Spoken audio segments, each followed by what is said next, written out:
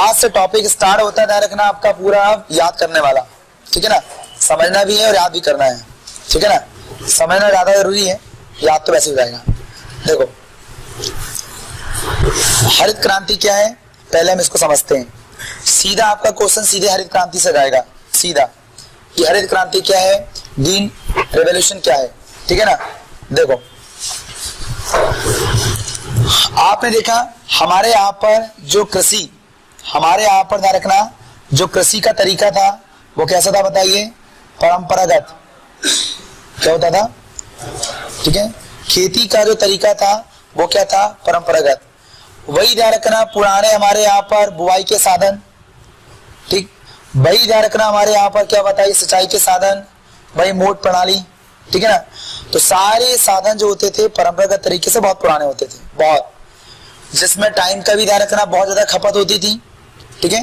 और प्रॉपर तरीके से ध्यान रखना पेड़ जो वृक्ष होते थे और साथ ही साथ फसल होती थी उनका पोषण नहीं हो पाता था। क्यों, क्योंकि फसल को ध्यान रखना दोनों प्रकार की चीजें चाहिए। एक आप जानते हो स्थूल पोषक तत्व चाहिए और साथ ही साथ क्या बताइए, सूक्ष्म पोषक तत्व चाहिए।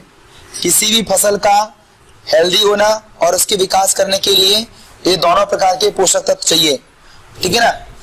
लेकिन इन पोषक तत्वों की और लोगों को जानकारी ही नहीं थी। केवल लोग क्या करते थे, आते थे, बीज बो दिए, ठीक, जितना जो हुआ पानी डाल दिए और सीधे जाके काट के लेके आ गए, ठीक है ना। तो क्या होता था, इसमें उत्पादन जो होता था वो 2 गुना 3 गुना होता था। 1 कुंटल का 2 कुंटल 3 कुंटल और हुआ तो 4 से 5 कुंटल मैक्सिमम, बस, इससे ज्यादा उत्पादन नहीं हो पाता था, ठीक है। लेकिन जब ध्यान रखना हमारे यहाँ पर कृषि का एक वैज्ञानिक तरीका अपनाया गया, ठीक है। इस वैज्ञानिक तरीके में क्या हुआ, सबसे पहले हमने किस पर ध्यान दिया, बीज पर, क्योंकि सबसे इंपॉर्टेंट तो क्या है, बीज। हमारे यहाँ पर जो बीज होता था वो नॉर्मल घरों का बीज होता था, जो बहुत बीमार होता था बेचारा, आधे से ज्यादा तो बीज खराब होता था, बीमार होता था। अगर आपने देखा होगा कुछ बीजों में रखा जा रखना कुछ कीट लग जाते हैं, ठीक है ना। तो लगता बस हमें कि बीज उग जाएगा, और हम लोग एक करते भी ऐसा है। कई बार आपने देखा होगा अगर जो गेहूं होती है, गेहूं में घुन लग जाता है तो छेद हो जाते हैं, फिर भी हमारे किसान को मानना होता है नहीं उग जाती गेहूं। ये ध्यान रखना, मालूम है क्या बताइए, ये जो गेहूं है वो उग जाती है, रियली में उग जाती है। आप जानते हैं गेहूं के आर पार छेद भी हो जाए ना, ऐसा करके देखो कि दिख भी जाए ना, तब भी ध्यान रखना गेहूं उग जाती है। हमारे यहाँ पर ये ट्रेंड होता है, कोई दिक्कत नहीं उग जाती है, तो हम लोग क्या करते हैं, इसको नॉर्मल बो देते हैं। बोने से क्या होता है, अरे आधे से ज्यादा वैसी गेहूं इतनी छोटी सी, उसमें भी 4-5 छेद ऊपर से, तो आप जानते हो उसका आधा से मेन मलबा तो निकल गया, आधा सा पोषक तो निकल गया। अब आप जानते हो जब उससे छोटा सा पौधा बनेगा उसको क्या स्टार्च मिलेगा, मुझे बताओ। ये तो भाई वाली बात हो गई ना कि बच्चा ध्यान रखना पैदा हुआ 5 साल तक उसको ध्यान रखना कुछ ज्यादा खिलाए नहीं, और ध्यान रखना 25 साल 30 साल का होता था उसे बॉर्नवीटा पिला रहे, हॉर्लिक्स पिला रहे हो। ये तो भाई वाली बात हो गई ना भैया। जब ये पौधा छोटा सा होता है तब इस पर वेस काम करता है, इस पर, ठीक है ना। अगर इसमें ध्यान रखना कीटों का प्रभाव होगा ना, इसका प्रभाव सीधे किस पर पड़ेगा, वृक्ष पर पड़ेगा, पौधे पर पड़ेगा। तो कहने का सीधा मतलब है ये इंपॉर्टेंट है, ठीक है ना। इसको ध्यान रखना, बीज कैसा होना चाहिए, स्वस्थ। इसका मतलब यहाँ पर हमें उपचारित बीज का इस्तेमाल करना है, ठीक है ना। किसका करना है, उपचारित बीज का इस्तेमाल करना है, ठीक है ना। और साथ ही साथ ध्यान रखना नई प्रजाति के बीजों का इस्तेमाल करना है, जिससे हम बोलते हैं क्या, संकरित बीज, जानते हो, हाइब्रिड। एक किस्म होती है उसमें अलग क्वालिटी होती है, दूसरी किस्म होती है अलग क्वालिटी होती है। इसके अच्छे गुणों को इसके अच्छे गुणों को दोनों को ध्यान रखना मिला दो, ये क्या है, हाइब्रिड, संकरण, राइट। तो ऐसे ध्यान रखना बीजों का इस्तेमाल करना है, एक बात। दूसरी यहां पर ध्यान रखना क्या करना है आपको, उत्तम खाद का इस्तेमाल करना है। मैं खाद अकेले नहीं बोला हूं, उत्तम खाद। उत्तम खाद मतलब एक बैलेंसिंग पोषक तत्व वाली खाद, जिसमें हर एक एलिमेंट्स सूक्ष्म हो या स्थूल हो। आप जानते हो स्थूल पोषक तत्वों में हम लोग यूज करते हैं नाइट्रोजन, जिसकी बहुतायत मात्रा में क्या होती है बताइए, डिमांड होती है। और आप जानते हैं पौधा जो होता है अधिक मात्रा में नाइट्रोजन की डिमांड रखता है, इसलिए ध्यान रखना पौधे को ऐसे मुट्ठी मुट्ठी भर के फेंकते हैं, क्या ए ले यूरिया ले, ए ले यूरिया ले, समझ रहे हो, ज्यादा मात्रा में फेंकते हैं। फिर आपने देखा होगा बताइए यहाँ पर आपका फास्फोरस डीएपी देखो बोरी बोरी में मिलाते हैं, ज्यादा चाहिए। फिर आपने देखा होगा पोटेशियम, ये भी आप जानते हो मिलाते हैं, एनपीके खाद मिलाते हो। तो ये जो पोषक तत्व है ये, इनकी डिमांड अधिक मात्रा में होती है और ये ध्यान रखना पौधों के विकास के लिए आवश्यक होता है। आपने देखा होगा नाइट्रोजन फेंक दो आप, यूरिया फेंक दो, पौधा बढ़ जाता है, ग्रो कर जाता है, राइट। तो ये पौधे की ध्यान रखना क्या बताइए, विकास के लिए है। लेकिन उस पौधे को हेल्दी रखने के लिए सूक्ष्म पोषक तत्व होते हैं, जैसे आपने सुना होगा यहाँ पर बोरान, ये सूक्ष्म पोषक तत्व है, सुना होगा मैग्नीज, ये सूक्ष्म पोषक तत्व है। इनको ऐसे नहीं देते हैं ये लो बोरान, ऐसा नहीं, ठीक है। जिंक ये क्या बताइए, सूक्ष्म पोषक तत्व है। कॉपर ये क्या है, सूक्ष्म पोषक तत्व है। इनको ध्यान रखना हम लोग देते नहीं है नॉर्मल, देते हैं क्या, जब भी हम खाद इस्तेमाल करते हैं कौन सा, डीएपी, यूरिया, एनपीके, बस। तो अगर हमने इसमें नाम लिखा है तो उत्तम खाद, मतलब जो उसकी डिमांड होगी ए और ए, इन दोनों को शामिल करके उत्तम खाद का इस्तेमाल करें। जो जमीन की पौधे की डिमांड है उसके अकॉर्डिंग खाद का इस्तेमाल करें। एक बार तीसरी बात याद रखना हम लोग बताइए क्या, इसमें पर्याप्त सिंचाई करें। सिंचाई की क्या बताइए, यहाँ पर पर्याप्त व्यवस्था होनी चाहिए। क्यों, क्योंकि आप जानते हो अगर इन केमिकल को आप यूज करोगे तो ये ध्यान रखना पानी की कम प्रेजेंटेशन में या कम उपस्थिति में ध्यान रखना ये साइड इफेक्ट कर सकते हैं। आपने देखा होगा अगर हम यूरिया अगर पौधे में डाल के जाते हैं, आलू में देख लो आप, आलू में आप यूरिया डाल दो और ऊपर से बढ़िया उसको पानी दे दो तो बहुत जल्दी से ग्रो करता है। लेकिन अगर आप केवल यूरिया डाल के आ जाओ और पानी नहीं दे पाए तो जड़ों को जला देता है, देगा तो पौधा और विकास करने वाला मर जाएगा बेचारा। तो क्या बताइए, सिंचाई की आपको पर्याप्त व्यवस्था करना है, ठीक है। अगर ध्यान रखना ए साथ में आपने देखा होगा कीटनाशक तो प्रभाव वही होगा, कीटों का प्रभाव होगा, कीटनाशकों का ध्यान रखना हम इसमें इस्तेमाल करेंगे। अब देखो हमारा था ये परंपरागत तरीका, क्या था बताइए, परंपरागत तरीका क्या करते थे, ठीक है, साधारण बीज का इस्तेमाल करते थे, जिनमें से ध्यान रखना आधा क्या बताइए खराब, आधा अच्छा, आधा उगता था आधा नहीं उगता था। अगर उसमें रोग लग गया पहले से आपके अंकुरण करने से पहले लग गया तो वो तो खराब ही होगा, ले देखें। दूसरा था खाद क्या इस्तेमाल करते थे, ज्यादा हुआ ध्यान रखना तो गोबर खाद। हाँ गोबर खाद बहुत अच्छी बात है, लेकिन गोबर खाद में सब चीजें आपको नहीं मिलेंगी, ठीक है ना। आप बेचारा ध्यान रखना गोबर खाद किसका गोबर होगा बताओ, गाय का। ये खाएगी क्या नाइट्रोजन, ये खाएगी फास्फोरस, पोटेशियम, क्या है इसके बाद, क्या है इसके पास, ह्यूमस बस होगा, ठीक है। और बहुत कम यूज करते थे लोग गोबर खाद, कहाँ का गोबर खाद बनाते भी थे। आजकल तो प्रचलन चल गया भैया गोबर खाद बनाने का, वन में कंपोस्ट वाली खाद बनाओ बोले, पहले कहाँ इतना सब कुछ था, है ना। लोगों को पता नहीं था कि केंचुआ कुछ अच्छा काम भी करता है, पहले किसानों को यही पता नहीं था कि केंचुआ अच्छा काम करता है। वो तो हम लोगों ने पढ़ लिए कि केंचुआ ध्यान रखना ह्यूमस का निर्माण करता है, तो केंचुए को ध्यान रखना हम लोग किसानों को मित्र कहते हैं, नहीं तो वो किसानों को पता ही नहीं था कि हमारे दोस्त हैं, वो तो हमने बनाया उसको। सिंचाई के साधन थे ही नहीं उतने अच्छे, कीटनाशक तो ऐसा था ही नहीं ध्यान रखना, वो लाते थे नीम का पानी, नीम वाले, और छिड़काव करते थे। काय का छिड़काव करना, तो आप जानते हो ये पुराने तरीके में जब हम खेती करते थे तो हमारा जो उत्पादन होता था वो 4 गुना 5 गुना हुआ करता था। इससे तो हमारे देश की खाद्यान्न की पूर्ति नहीं हो पाती थी सही तरीके से, वो भी अच्छा मानसून आया तो 5 गुना, नहीं तो जितना लगाए उतना नहीं होता था।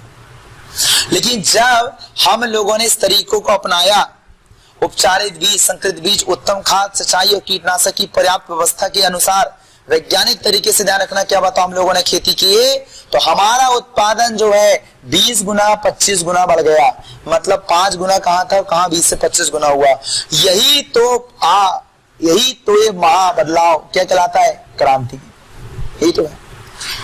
मतलब जो उत्पादन परंपरागत तरीके से 2 गुना 3 गुना हो रहा था, यही ध्यान रखना। मालूम है क्या बताइए, हमें संभावना भी नहीं थी, उम्मीद भी नहीं थी, इससे ज्यादा उत्पादन हो गया। बताइए तो क्रांति की नहीं बताऊं, क्रांति की नहीं बताऊं, ठीक है ना। तो एक्चुअल में यही उत्पादन की बढ़ोतरी, यही ध्यान रखना, उत्पादन की चमत्कारिक बढ़ोतरी ही एक क्रांति का रूप हम मानते हैं इसे। तो इसे नाम क्या दिया गया था, हरित क्रांति। तो हरित क्रांति में जो बेसिक चीजें हैं, इन बातों को ध्यान रखना। हरित क्रांति लाने की वजह क्या थी, ये 4 हैं। इन्हीं के इस्तेमाल करने से क्या हुआ, वैज्ञानिक तरीके से इनका इस्तेमाल करते हुए कितनी आवश्यकता है, क्या डिमांड है, ये हुआ।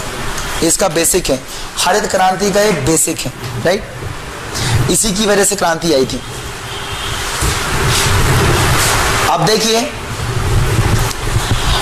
हरित क्रांति क्यों आई, क्यों लाया गया, कैसे आई, इसकी ध्यान रखना। मालूम है एक हमारा एक हिस्ट्री है छोटा सा, उसको पढ़ना जरूरी है, ठीक है ना।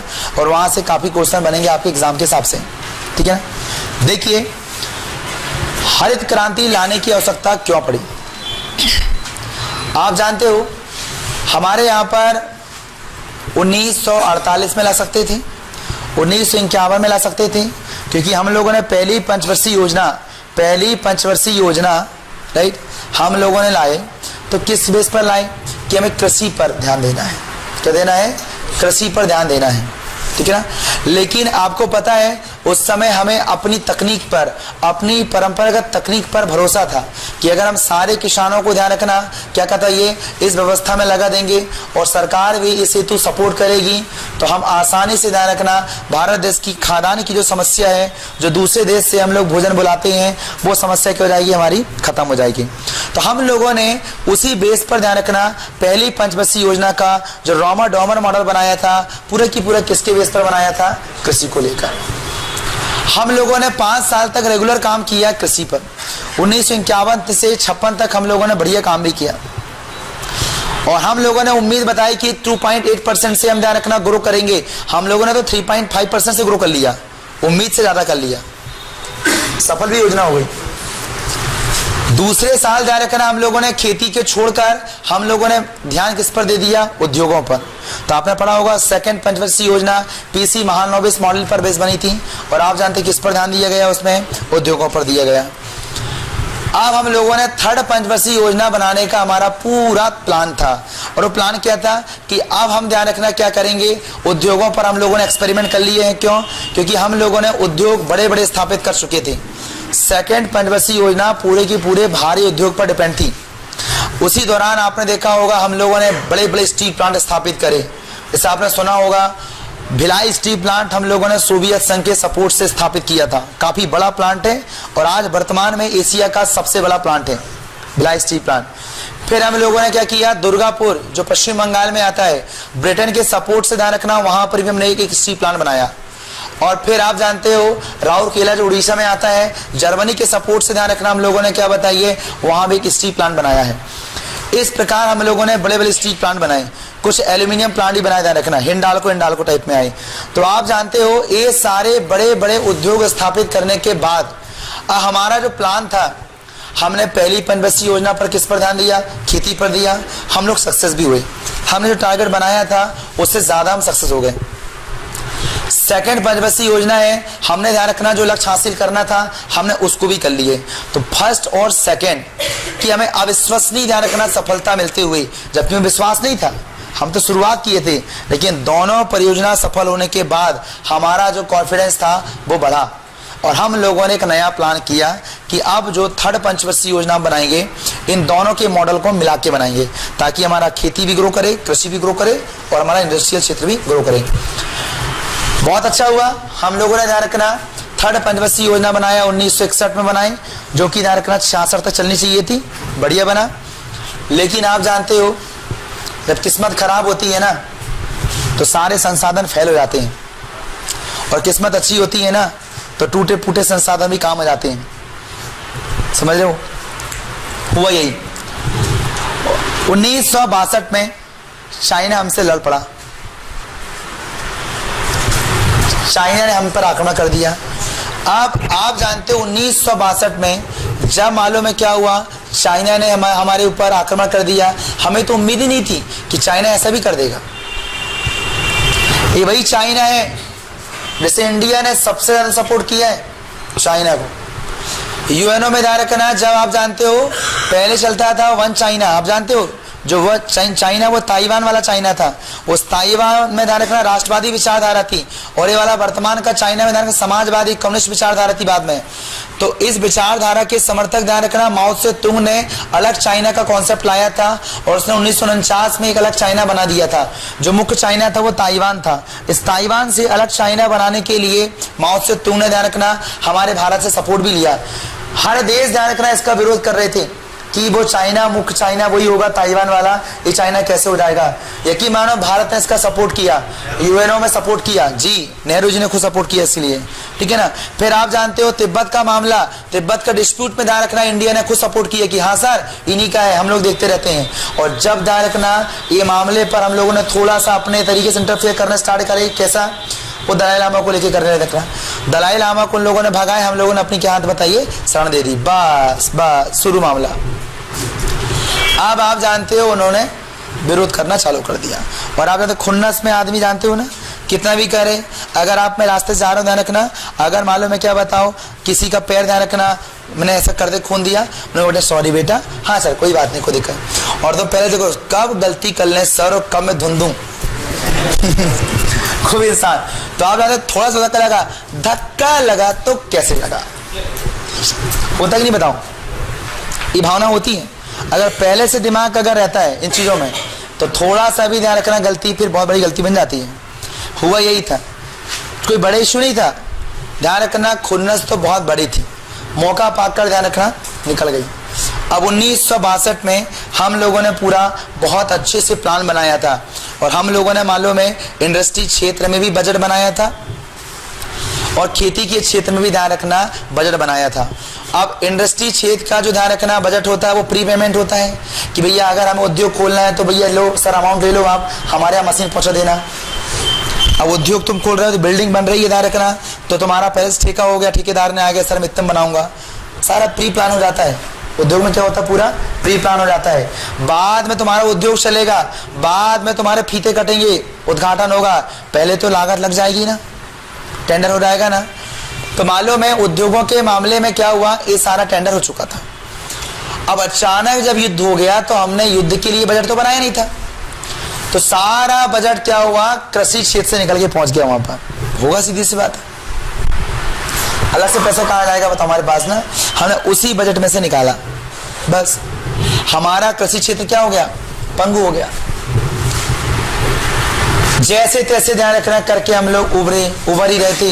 1965 में एक और युद्ध हो गया भारत और पाकिस्तान, और अभी तक तो ध्यान रखना चाइना के साथ युद्ध हुआ था तो हम कमजोर थे। अब हमें ध्यान रखना ताकत दिखाना था पाकिस्तान के खिलाफ, और पाकिस्तान के खिलाफ हम लोगों ने ताकत हमेशा दिखानी भी चाहिए, तुम भी दिखाते हो। ध्यान रखना इंडिया और न्यूजीलैंड का मैच होगा, इंटरेस्ट नहीं होगा ज्यादा, होगा इंटरेस्ट, ठीक है। इंडिया हार गई तो ठीक है ना, हार जाती है, न्यूजीलैंड अच्छी टीम है, हार गई कोई दिक्कत नहीं, एक्सेप्ट कर लेते हो तुम लोग, करते नहीं बताओ। ऑस्ट्रेलिया से मैच हार रहा है इंडिया, एक्सेप्ट हो जाता है, ठीक है ना, ऑस्ट्रेलिया की टीम है बहुत, अरे वो साइमन सम गया बहुत मारा उसने इसलिए अपन हार गए, कोई दिक्कत, समझ रहे हो। तो क्या हुआ एक्सेप्ट कर लेते हम लोग। और अगर पाकिस्तान के साथ युद्ध है तो इंजमाम होला क्यों जमा, तो आउट होना चाहिए था, तुमने आउट क्यों नहीं कर पाए उसको, फिर पूरे भारत के ऊपर टूट पड़ते हो। हारे तो कैसे हारे देखोगे आप, और उस मैच में एक अलग इंटरेस्ट होता है। तो भारत पाकिस्तान का पहले से ध्यान रखना ऐसा इंटरेस्ट आना चाहिए। तो भारत और पाकिस्तान का जब युद्ध हुआ तो आप ध्यान रखना पाकिस्तान के सामने इंडिया का प्रेस्टेज था, आप बोले भाई युद्ध तो लड़ना है, सारी तैयारियां, तो उससे भी क्या हुआ हमारा बहुत सारे रिसोर्सेस खर्च हो गया। अब आप जानते हो एक पंचवर्षीय योजना के लिए बजट बना था, दो क्या हुआ बताइए, दो बड़े बड़े युद्धों में खत्म हो गया, हालत बड़े खराब हो गए, बहुत ज्यादा हालत खराब हो गए, ठीक है ना। अब सरकार के पास तो खुद का अपना बजट नहीं बना, बताइए। तो ऐसी अवस्था में अब देश में समस्या आ गई, खाद्यान्न समस्या। अब पेट नहीं भर रहा था लोगों का, ठीक है ना। अब प्रश्न आता है कि यार अब कैसे लोगों का पेट भरा जाए। आप जानते हो उस समय के हालात को अगर आप फील करना चाहो तो मात्र एक बयान से फील कर सकते हो, और वो है, ध्यान रखना, लाल बहादुर शास्त्री का बयान। लाल बहादुर शास्त्री ने सभी के सामने कहा था कि हमें ध्यान रखना हफ्ते में एक दिन का उपवास रखना चाहिए। और उन्होंने इसलिए रखा था कि तुम हनुमान जी के उपवास रखोगे तो थोड़ा शायद स्थिति उभर जाए, संकट मोचन हनुमान। ऐसा नहीं, वो एक दिन का जब आप उपवास रखोगे तो जो तुम खाना बचेगा तुम्हारा, एक्चुअल में वो दूसरे को काम आ जाएगा। आप मुझे बताओ, हम लोग देश के ही खा रहे हैं पूरे, ठीक है ना। अगर हम मान लीजिए एक दिन उपवास रखते हैं तो हमारा जो खाना बचेगा वो दूसरे हक में चल जाएगा, हिस्से में चला जाएगा। अब अनुमान लगाओ, उपवास करने की बात चल रही है, मतलब समझ लो कितनी स्थिति खराब है। इतना बड़ा खाद्यान्न संकट था, इतना बड़ा। तो मालूम है, दूसरा ध्यान रखना उदाहरण आपको मिलता है जहां पर ये रहते थे, त्रिमूर्ति भवन में, जहां पंडित जवाहरलाल नेहरू एक्सपायर हुए थे। यहां पर इन्होंने ग्राउंड, जो गार्डन होता है, उसको खुदवाकर खुद ध्यान रखना हल से जोतकर गेहूं लगाए थे। मतलब लोग ध्यान रखना आज वर्तमान में खेत में गेहूं को काट कर तत्काल शादी करवाने के लिहाज से लान वनमा देते हैं। गेहूं को काट कर लान वनमा देते हैं आज वर्तमान में। उस समय का दौर उल्टा था, लान को अलग करके गेहूं लगवाना पड़ा। हालात तो समझते हैं। तो उस समय आप देखेंगे तो खाद्यान्न की समस्या बहुत ज्यादा थी, ठीक है। अब आप जानते हो इतनी विकराल समस्या थी, और उसी दौरान ध्यान रखना विकराल समस्या को संभालने में कौन लगे थे? लाल बहादुर शास्त्री। पूरी बागडोर इन्हीं के हाथों में थी, और उन्होंने कह दिया था कि अगर आज वर्तमान जो हमारा देश संकट से जूझ रहा है, इस संकट से अगर कोई उबार सकता है तो केवल और केवल किसान, केवल किसान। क्योंकि उनको पता था कि आज किसान ही है अपनी मेहनत के बलबूते से उत्पादन बढ़ाकर हमारे देश के लोगों का पेट भर सकता है। प्रधानमंत्री तो 1965 में, हाँ 64 में चले गए ऊपर, वो सीधी सा 64 में आ गए थे, वो 65 तक रहे, फिर 66 में वो भी चले गए। हाँ, ताश का समझौता हुआ था, उसी टाइम में मरे थे ना। हाँ चलो, तो आप जानते हो यहाँ पर तो लाल बहादुर शास्त्री ने पूरे प्रोग्राम कर दिए थे, लेकिन ध्यान रखना अचानक क्या हुआ, वो युद्ध समझौता वाली संधि लेने करना था, ताशकंद जाना था उनको, बताइए वहां चले गए, और बाद में ध्यान रखना वहीं पर उनकी क्या बताओ मृत्यु हो गई। वो नहीं, तो कहने का सीधा मतलब है कि लाल बहादुर शास्त्री की मृत्यु के बाद अब ध्यान रखना पूरी स्थिति खराब हो चुकी थी, समझ रहे हो। अब स्थिति खराब होने के बाद क्या हुआ, अब स्थिति को उबारना था, ऐसे नेता को बनाना था ताकि वो स्थिति को समझ पाए। काफी सीनियर होना चाहिए, समझदार होना चाहिए, और जमीनी हकीकत से जुड़ा होना चाहिए, ठीक है ना। और आप जानते हो अब यहाँ पर प्रधानमंत्री पद को लेकर होने लगा विवाद। मोरारजी भाई देसाई कहते हैं कि भैया इतने दिन से मैं कांग्रेस में रहा हूं, अब तो ध्यान रखना इनके जाने के बाद, नेहरू जी के बाद, बहादुर शास्त्री के बाद, अब मैं ही सीनियर बचता हूं, मुझे बनना चाहिए क्या? प्रधानमंत्री। अब मुझे ध्यान रखना प्रधानमंत्री की कुर्सी बुला रही है, अब मुझे दायित्व संभालना चाहिए। इंदिरा गांधी कहती नहीं नहीं, मैं क्यों आ गई दूर से, विदेश में पढ़ती थी, आ गई वो, बोले नहीं नहीं मैं बनूंगी प्रधानमंत्री। अब ध्यान रखना डिस्प्यूट, ये ध्यान रखना मोरारजी भाई देसाई दिग्गज नेता थे, काफी उनका पल्ला भारी होता था कांग्रेस में। और ध्यान रखना कांग्रेस की जो उपज है उसी की जड़ कौन है बताओ? इंदिरा गांधी। तो जड़ को भी नहीं काट सकते तुम, भारी दिक्कत है, फंस गए। कुछ लोग ध्यान रखना मोरारजी भाई देसाई के सपोर्ट में, कुछ लोग ध्यान रखना क्या बताइए इंदिरा गांधी के सपोर्ट में। एक्चुअल में कांग्रेस पार्टी यहां बढ़ चुकी थी इस समय। कुछ लोग एक धड़ा आपकी क्या नेहरू किसके समर्थन में, आपका इंदिरा गांधी के, और दूसरा वाला भाग कहां बताइए? मोरारजी भाई देसाई। यहां पर पहली बार ऐसा हुआ कि जहां पर पार्टी में ही ध्यान रखना वोटिंग हुई, पार्टी के अंदर वोटिंग हुई, क्यों? क्योंकि ध्यान रखना इस समय जो राष्ट्रीय अध्यक्ष थे कांग्रेस के एम कामरूप, तो कामरूप ने भी ध्यान रखना क्या बोल दिया कि भैया हाँ इंदिरा गांधी बनेंगे, और सारे लोग सहमत हैं। मोरारजी भाई देसाई कहते बिल्कुल नहीं, आप कर लो, वोटिंग करवा लो। तो आप जानते कांग्रेस के ही ध्यान रखना सांसदों के बीच में वोटिंग हुई थी कि किसको बनाओगे तुम प्रधानमंत्री। सोचो, देश के हालात ऐसे थे, और जिस पार्टी के ऊपर दारोमदार था, जिसकी सरकार थी, उसमें ध्यान रखना ये हलचलें हो रही थी प्रधानमंत्री के पद को लेकर। बड़े दुर्भाग्य की बात है, समझो। ऐसे हालात में ध्यान रखना इंदिरा गांधी प्रधानमंत्री बनी। इंदिरा गांधी जब प्रधानमंत्री बनी तो वो ऐसा कोई जादू की छड़ी घुमाने चाहती थी ताकि ध्यान रखना सारी जनता मेरे फेवर में आ जाए, ठीक है। और कोई भी चीजें डिस्प्यूट से जब बनती हैं तो जादू की छड़ी घुमाना पड़ता है, राइट। तो हुआ यही, अब इंदिरा गांधी को लेना था बड़े बड़े फैसले। छोटे मोटे फैसले में काम ही चलेगा, क्योंकि छोटा मोटा काम तो पहले कर चुके सब लोग। इन्होंने ध्यान रखना देखा कि सबसे बड़ी समस्या आज हमारे देश के सामने है, वो है भोजन, ठीक है। आज मालूम है देश की सबसे बड़ी समस्या क्या है? भोजन। लोगों को भरपेट अनाज नहीं मिल रहा है। क्यों ना सबसे पहले इसकी व्यवस्था कर दी जाए। क्या कर दी जाए? अनाज की व्यवस्था कर दी जाए। इसके लिए ध्यान रखना उन्होंने एक नया प्लान लाया, ठीक है ना। तो हुआ क्या, जिस प्रकार आप जानते हो मैक्सिको में खाद्यान्न संकट आया, मैक्सिको देश है, वहां पर ध्यान रखना नॉर्मन बोरलॉग नाम के शख्स, उन्होंने यही किया, बोले काम करो, परंपरागत तरीके से तुम खेती कर रहे हो उसको बंद कर दो, और ध्यान रखना मैं जो बता रहा हूं आपको वैज्ञानिक पद्धति से, उससे आप खेती करो। क्या होगा? उत्पादन बढ़ जाएगा और इस सारी समस्या क्यों जाएगी? खत्म। तो आप जानते हो इन्होंने एक्सपेरिमेंट कहाँ किया? मैक्सिको में, और ये पाया कि उत्पादन स्तर काफी बढ़ा। इसलिए ध्यान रखना दुनिया में हरित क्रांति की शुरुआत यहां से मानती है। हरित क्रांति जनक किसे मानते हैं? नॉर्मन बोरलॉग को, ठीक है। तो इंदिरा गांधी का भी विचार था कि ऐसा ही चमत्कार इंडिया में होना चाहिए। समझ लो क्या होना चाहिए? यही चमत्कार, ऐसा चमत्कार इंडिया में होना चाहिए। डिमांड थी इंडिया की उस समय में। तो हुआ क्या? 1966 इस समय बनी कौन? इंदिरा गांधी प्रधानमंत्री बनी,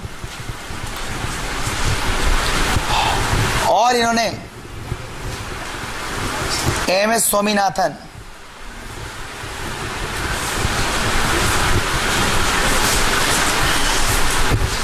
ठीक है,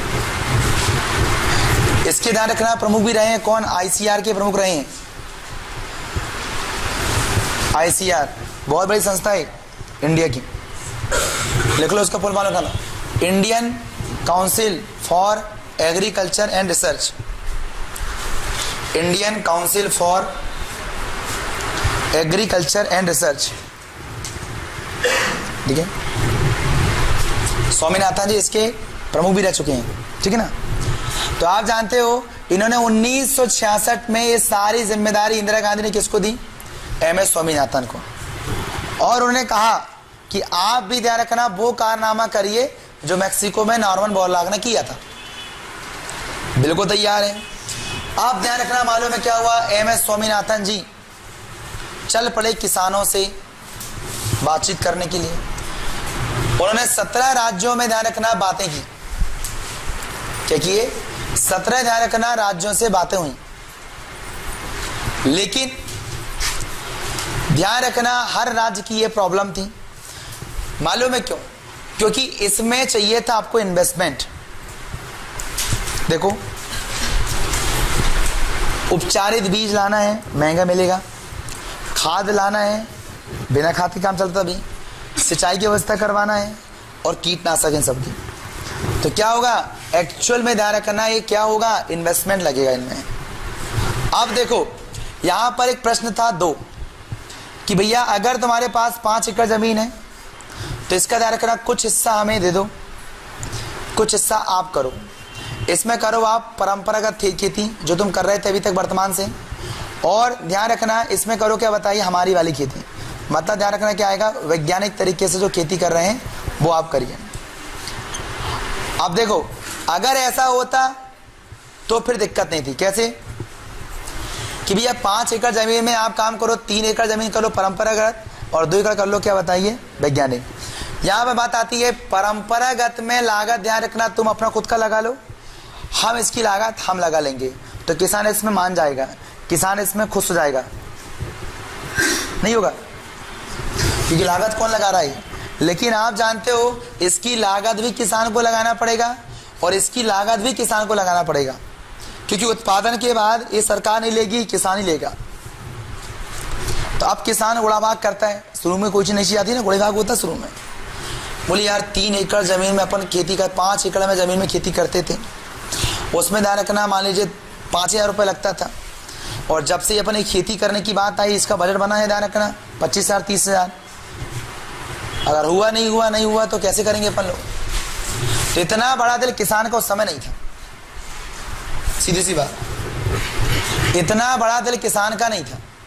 किसान इतना बड़ा रिस्क नहीं ले सकते थे, इसलिए कहा महाराज हमें अपने हाल में छोड़ दो, हमें नहीं करना कोई वैज्ञानिक खेती और हमें नहीं बनना कोई बड़ी इमारत, हमारा गरीब गुरबा आदमी है, हमारा यहीं झोपड़ी हो जाएगा। ऐसे होते हैं, ऐसे बोलते हैं। जब उनको लगता है कि अपने ऊपर बारी आ रही है तो बस वही बोलते हैं, कहाँ सर हमें झुग्गी झोपड़ी अच्छी लगती है। और उनको बोल देते ऐसा कि भैया ये भी लागत तुम लगाओ, इसमें हम लागत दे रहे हैं, तुम खेत बस दे दो। सर आप कोई बात है, घर की बात है सर, ये तो सर आप हम क्या लगे सर, ऐसी बातें होती हैं। लेकिन इसमें इन्वेस्टमेंट किसे करना बताओ, किसान। आप किसान ये करने को इच्छुक नहीं हुए, क्यों? ये नया बदलाव था, और भैया नया बदलाव आज तुम समझदार हो, तुम देख चुके हो कि भैया उत्पादन इससे ज्यादा हो जाता है, तो तुम अभी मानने के इच्छुक हो, मान सकते हो। यकीन मानो कोई भी चीज जब पहली बार हो विश्वास हो जाएगा आपको, हो जाएगा नहीं होगा ना। तो ये विश्वास नहीं हो पा रहा था यहाँ के लोगों को, इसलिए यहाँ पर चाहिए ओनली रिस्क, और रिस्क वही लोग लोगे जिनके पास भूमि भी ज्यादा हो और पैसे भी ज्यादा हो। कोई दिक्कत नहीं, खेती वजह जुआ है, खेल लो एक बार। एक्चुअल में ध्यान रखना, इसीलिए यहां पर इन्हीं चीजों को मिलाते हुए हमारे यहां पर क्या हुआ, पंजाब के लोग माने, हरियाणा के लोग माने और यूपी के लोग माने, ठीक है ना। इधर हमारे मध्य प्रदेश में आए, बोलते नहीं मालक नहीं कर सकते। तो एक्चुअल में ध्यान रखना वहां के किसानों ने माने और कहे ठीक है हम 5 एकड़ जमीन में 2 एकड़ या 1 एकड़ तुम्हारे अकॉर्डिंग करते हैं, 4 एकड़ हम अपने अकॉर्डिंग करते हैं। ये बात देखो सच है। अगर आपको गांव वालों को समझाना है, अगर समझाना है तो तुम ध्यान रखना तर्क वितर्क से गांव वाले को नहीं समझा सकते हो। तुम सिर पटक लो, सारे तर्क वितर्क दे दो, वो नहीं मानेंगे। उनको आप कितना ही बोलो ये केमिकल ये होता है, ये केमिकल ये होता है, इससे अच्छा उत्पादन बढ़ता है, ये तेरे केमिकल तेरे बोले क्या करें हम केमिकल की बोले, उससे उनको कोई मतलब नहीं, उनको चाहिए रिजल्ट। तुम कुछ मत बताओ, गांव वालों को कुछ मत बताओ, कितना अच्छा कर रहे हो कोई मतलब नहीं, गांव वालों कोई मतलब नहीं, चाहिए क्या, रिजल्ट, ठीक है ना। तो आप जानते हो क्या होगा, आप कुछ मत करो, उनको समझाने का एक बहुत बेहतरीन उपाय रहता था। ये तो ध्यान रखना स्वामीनाथन जी इतने परेशान हो गए इनको, मैं रहता ध्यान रखना तो झूम मचा देता इनमें भी, समझाने तरीका उनका था ही नहीं ऐसा, है ना। समय उसमें आ नहीं पाया था मैं। करना क्या था बताइए, कुछ नहीं। एक बार ध्यान रखना क्या करना था, गांव में कोई की भी जमीन ध्यान रखना, भैया जमीन तेरे को देना है तो दे दे, नहीं तो चल किराए ले ले और चल, एक ही बात तो दिखाना है ना। और बेहतरीन उस खेत में पहले समझाया सारे किसानों को, भैया देखो हमारे अकॉर्डिंग कर लो, नहीं मानेंगे कोई दिक्कत नहीं, देखो तुम अपने अकॉर्डिंग करो, हम अपने अकॉर्डिंग कर रहे हैं, अब देखते हैं किसका उत्पादन होगा। और वही फसल लगाना तुम भी और हम भी लगाएंगे।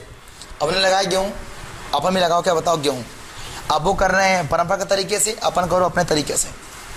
और जब ध्यान रखना वो फसल बिल्कुल लहलहाती ऊपर आए और जब उसमें लगे ध्यान रखना बीज तब ध्यान रखना, बोलो चलो मास्टर साहब घूमने चलते, बोले चलो, बोले अब उनको घुमा के लाओ, देखो तुम्हारी फसल, देखो हमारी फसल, बाप रे। तब उनके दिमाग में आएगा, हाँ यार अब महाराज जैसा तुम बोलोगे वैसा करेंगे। सिंपल सा उपाय, ज्यादा समझाना होता ही नहीं है, समझाया उसको जाता है जो समझदार होता है। बेचारे कहाँ इतने समझदार रहते हैं बोलो। मेरा कहने का मतलब है वो इतना टेक्नोलॉजी को जानते ही कहाँ, बताइए, वो नहीं करेंगे विश्वास पर। इसलिए ध्यान रखना, मालूम है ऐसा ही हम लोगों ने ऐसे किसानों को ढूंढा जो रिस्क ले सकते थे, और वो किसान हमें कहाँ मिले बताइए? पंजाब, हरियाणा, यूपी, क्योंकि वो बहुत संपन्न थे, और अभी नहीं पहले से संपन्न थे। क्यों? वहां की भूमि बहुत उपजाऊ रही हमेशा, तो उनका उत्पादन तो बिना खाद बीज के अच्छा खासा हो जाता था पहले से। इसका मतलब ध्यान रखना, यहाँ पर ज्यादा प्रभाव नहीं पड़ा नीचे वाले, ना मध्य भारत में पड़ा, ना साउथ में तो गई नहीं। तो पंजाब, हरियाणा और यूपी के ध्यान रखना किसानों को कुछ जमीन ध्यान रखना इस प्रभाव से करने की बात कही कि हम इस तकनीक से ध्यान रखना क्या करेंगे बताइए? खेती करेंगे। और हुआ यही, आप जानते हो जब इन तकनीक को अपनाया गया, उत्पादन परंपरागत तरीके से कई गुना बढ़ गया। तो इसी उत्पादन की असंभावित, जो हम संभावना भी नहीं कर सकते थे, उसकी ध्यान रखना अप्रत्याशित, जिसकी उम्मीद भी नहीं थी, इससे ज्यादा वृद्धि होगी। ध्यान रखना, यही तो क्रांति हो गई, रिवॉल्यूशन हो गया। क्या नाम दिया इसका? नाम हरित क्रांति, राइट। तो हरित क्रांति का मतलब आप लोगों को समझ में आ गया होगा, क्या थी हरित क्रांति, राइट। और आप जानते हो कि हरित क्रांति के हमारे भारत में क्या प्रभाव हुए, हम इसकी बात भी करते हैं। भारत में इसके क्या प्रभाव हुए? सबसे पहली बात हम करें, अगर प्रभावों को दो भागों में बांट ले, सकारात्मक और नकारात्मक दोनों प्रभाव। हर चीज के दो पहलू होते हैं, सब जानते हो, कुछ अच्छा होता है तो कुछ बुरा भी हो जाता है। सकारात्मक पहलू ये हुआ कि जहां हमारा उत्पादन 2 गुना 3 गुना होता था, अब ध्यान रखना 20 गुना 25 गुना उत्पादन होने लगा है। मतलब कुछ साल अगर हमने ऐसा ही करे तो हमारी संभावना बता सकती है, हमारा भविष्य कहता है कि 3-4 साल में हम क्या बन जाएंगे? आत्मनिर्भर बन जाएंगे। और हुआ यही, 1966-67 में स्टार्ट हुआ ये, और 70 तक हमारा देश क्या हो गया? एक अच्छी पोजीशन में आ गया। ये किसकी देन है? हरित क्रांति की, ठीक है ना। हम ध्यान रखना आत्मनिर्भर बन गए, अब हमें किसी का अनाज नहीं चाहिए था, और हुआ बाद में इतने ज्यादा आत्मनिर्भर बन गए, बोले और होने लगा, ये चलो तुम ले लो, बोले अब निर्यात भी करने लगा। ये सब किसका प्रभाव है? हरित क्रांति का है।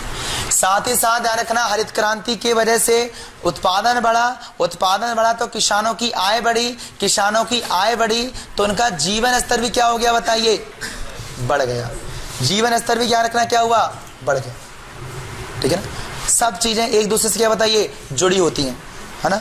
जब जीवन स्तर ध्यान रखना बढ़ गया तो उनका खान पान अच्छी कोटि का होने लगा, ध्यान रखना, तो उनका स्वास्थ्य सुधार हुआ, फिर बहुत सारी चीजें एक साथ हम मिल जाती है, ठीक है।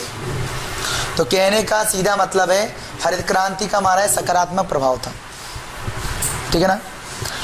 साथ ही साथ ध्यान रखना हमारा एक नकारात्मक प्रभाव भी हुआ। क्या हुआ? मालूम है हरित क्रांति का प्रभाव सभी फसलों पर नहीं पड़ा, केवल और केवल ध्यान रखना इसमें गेहूं पर ध्यान दिया गया। जब ध्यान रखना गेहूं पर ध्यान दिया गया तो आप जानते हो गेहूं पर ध्यान देने की वजह से हम लोगों ने, किसानों ने केवल गेहूं के प्रत्यक्ष प्रमाण देखे कि गेहूं इतना गुना हो जाती है, तो वो गेहूं से इंस्पायर हुए और वो गेहूं लगाने लगे। और बाकी ध्यान रखना आप जानते तिलहन दलहन को क्या बताइए? एक दरकिनार कर दिए। उससे क्या हुआ? खाद्यान्न असंतुलन हो गया।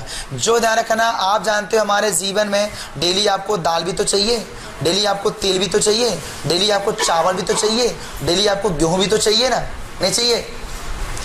उत्पादन का क्या हुआ? सीधा प्रभाव इस पर गेहूं पर पड़ा, तो सब लोग गेहूं, सब लोग गेहूं, सब लोग गेहूं, दाल कम होने लगी, तिलहन कम होने लगा, चावल कम होने लगा। इस प्रकार आप जानते हो खास तौर पे दलहन तिलहन पर तो इसका विपरीत प्रभाव पड़ा। चावल तो खैर ऐसा था, ट्रेंड था, इसे चावल दिक्कत नहीं आई, लेकिन तिलहन और दलहन पर पड़ गया प्रभाव।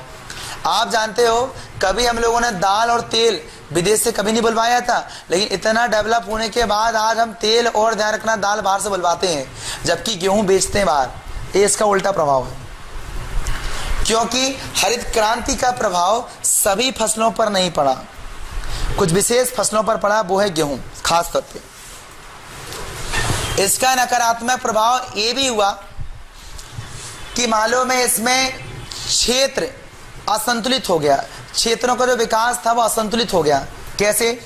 हरित क्रांति का जो प्रभाव हुआ वो पंजाब, हरियाणा, यूपी क्षेत्रों में हुआ, तो वहां के किसानों की इनकम बढ़ी, वहां के किसानों का उत्पादन बढ़ा, तो उनकी जो गेहूं है अधिक उत्पादन हुआ, तो उनको ध्यान रखना अच्छे रेट मिलने लगे।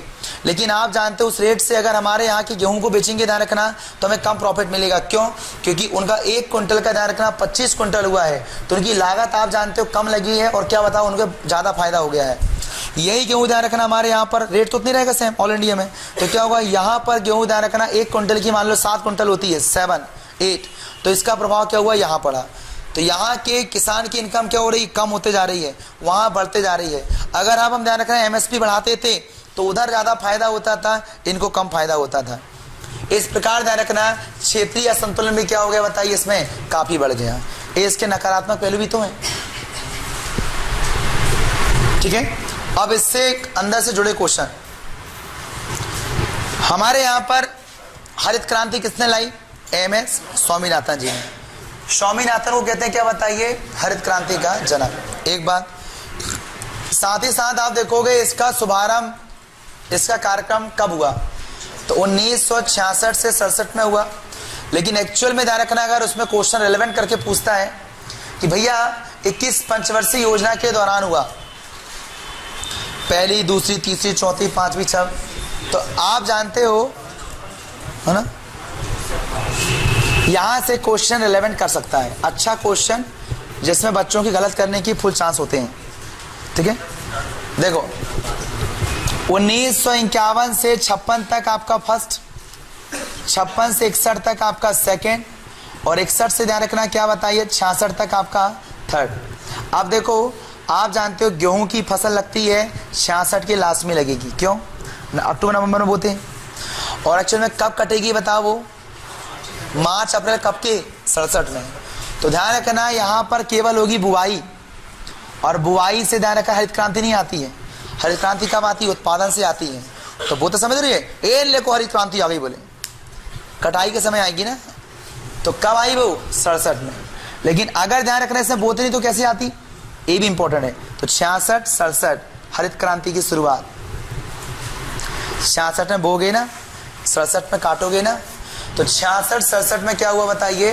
हरित क्रांति की हुई हमारे यहाँ शुरुआत। इस समय आप जानते हो 1966 में ही आप जानते हो, ये दिसंबर आने से पहले ही आप जानते हो 31 मार्च को हमारी तीसरी पंचवर्षीय योजना खत्म हो चुकी थी। देखो 1966 में 31 मार्च 1966 को तीसरी खत्म हो चुकी थी, और हरित क्रांति का जो शुरुआत हुआ वो कब बताइए? आपका अक्टूबर नवंबर में हुआ, तो 1967 में आ गया, मतलब 66 के अक्टूबर नवंबर में आया। तो आप जानते हो उस समय क्या हो रहा था हमारे यहाँ पर? 1 अप्रैल 1966 से हमारे यहाँ पर ध्यान रखना 31 मार्च 1900 ध्यान रखना क्या बताइए 67 तक, इस दौरान क्या हुआ? एक पहली वार्षिक योजना चली। क्या कहलाते हैं ये? वार्षिक योजना। क्योंकि हमारे पास इतने संसाधन नहीं थे, हमारे चाइना युद्ध होने के बाद, पाकिस्तान युद्ध होने के बाद, कि हमारे संसाधन 5 साल तक हम उसे यूटिलाइज कर पाएं। इसलिए हम लोगों ने कहा भैया 5 साल की प्लानिंग मत करो, 1 साल की प्लानिंग कर लो, ठीक है ना, रिकवर हो जाएगा फिर देख लेंगे। तो हम लोगों ने 1966 और 67 में 1 साल की चलाई, 67 से 68 में 1 साल की फिर चलाई, 68 से 69 तक 1 साल की, इस प्रकार 1-1 साल की 3 साल चलाई। इन्हें इतिहास में हम योजना अवकाश के नाम से जानते हैं, इसलिए इन्हें किसी पंचवर्षीय योजना में हम लोग शामिल नहीं करते हैं। इसलिए 1966 और 67 टाइम योजना अवकाश माना जाएगा।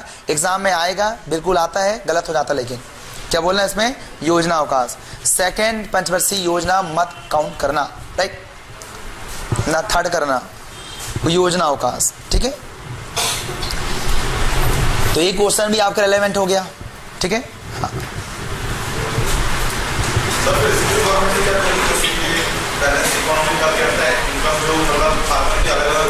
क्या दिक्कत है? अभी चल रही, चलने दो ना, कुप्रभाव है उसका, उल्टा है, है ना। सकारात्मक प्रभाव ज़्यादा अच्छा पड़ा तो गलत प्रभाव दब जाता है, जानते हो ना।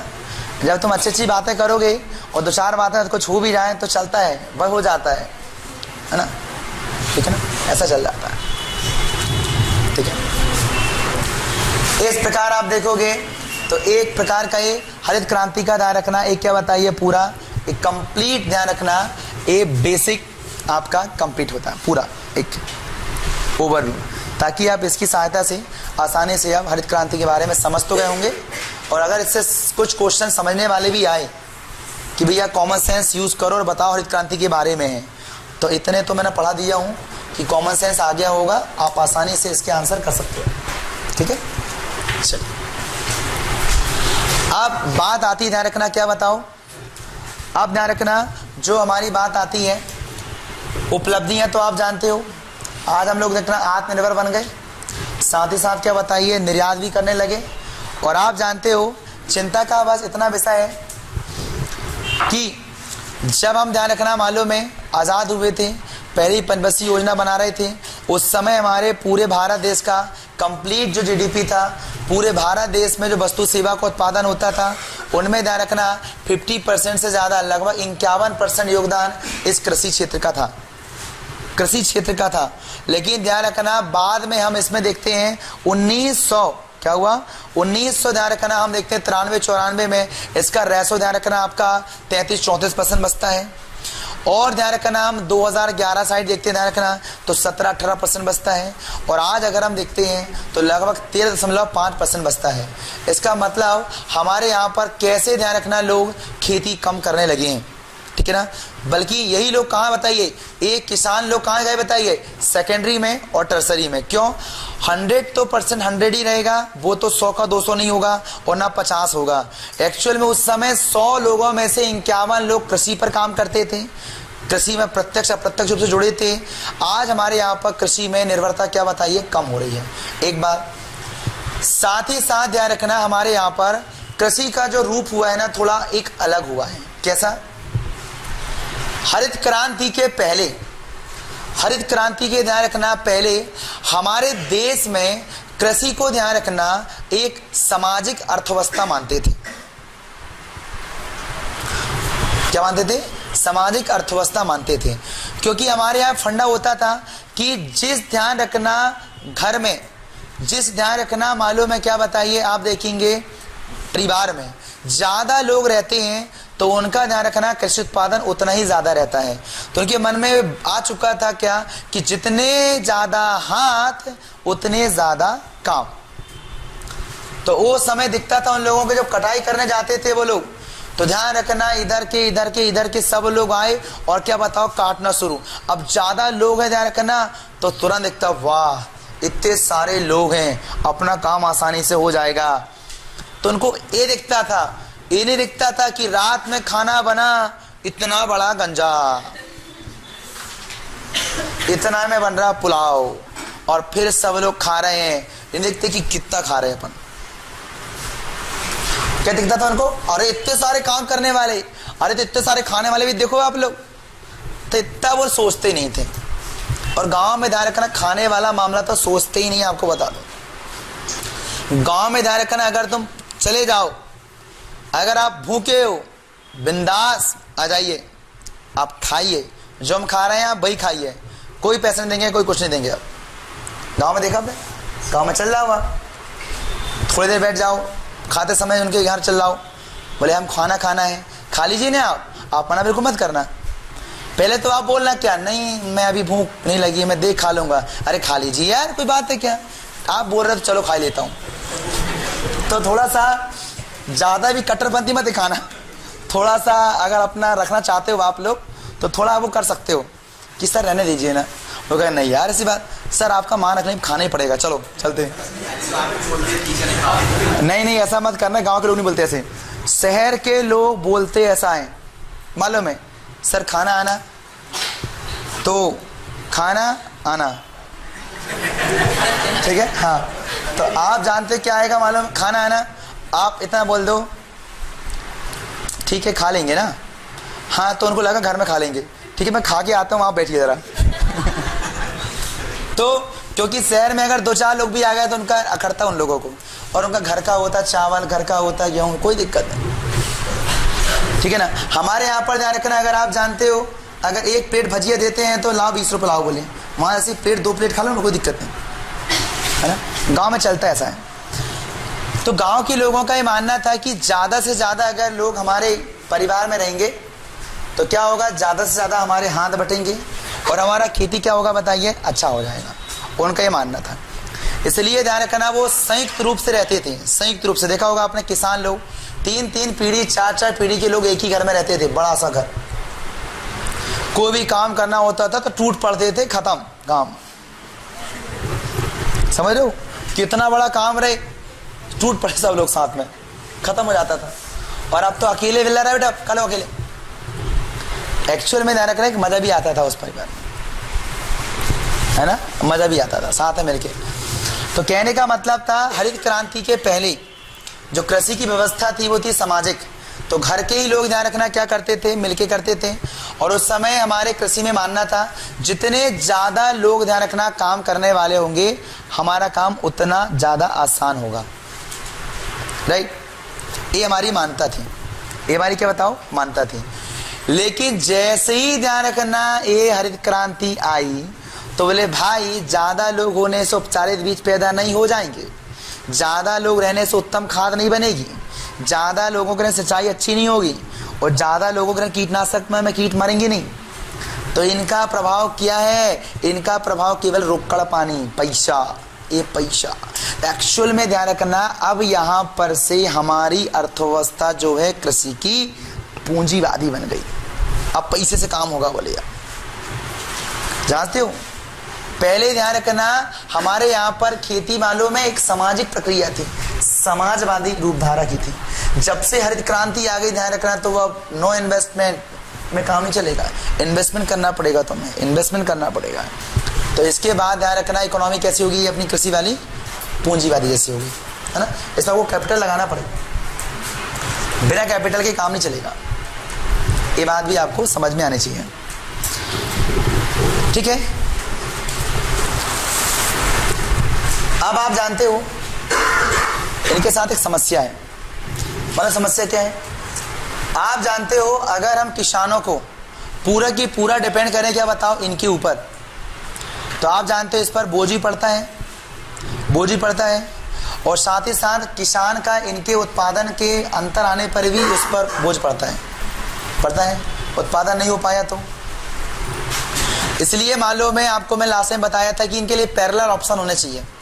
वो था पशुपालन, क्या था इसका ध्यान रखना, पैरेलल ऑप्शन क्या था बताइए, पशुपालन। इसीलिए हम लोगों ने ध्यान रखना किस पर ध्यान दिया, पशुपालन पर भी। अब यहां पर ध्यान रखना, मालूम है हमारे देश में जो पशुपालन था उसका क्या रूप था, उसको समझो। और यहीं से हम रूप चेंज करेंगे और श्वेत क्रांति की शुरुआत करेंगे, ठीक है ना।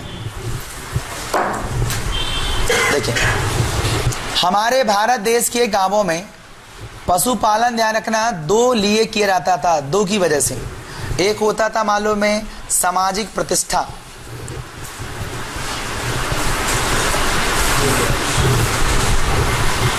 बताऊंगा कैसे। एक क्या, सामाजिक प्रतिष्ठा।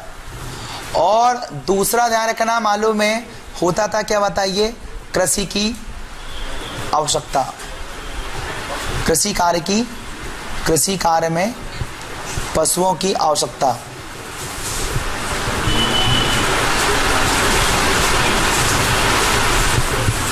अब समझने का प्रयास करो। पशुपालन 2 तरीके से होता था। एक होता था सामाजिक प्रतिष्ठा के लिए। अगर ध्यान रखना तुम्हारे घर में, अगर तुम गांव के ध्यान रखना पटेल हो, तो तुम्हारे पास कम से कम 10 से 12 जोड़ी बैल होने चाहिए। जैसे ही ध्यान रखना 10-12 जोड़ी बैल निकलते मोहल्ले से, हाँ देखो ये देखो पटेल के बैल जा रहे हैं, एक बार। दूसरी खास बात है तो बैल वाला मामला हो गया, गाय क्यों पाले। आप जानते हो अगर तुम किसी के घर ध्यान रखना गए, अगर उसने ध्यान रखना तुम्हें काली चाय पिला दिया तो हो गया वो बदनाम रातों रात।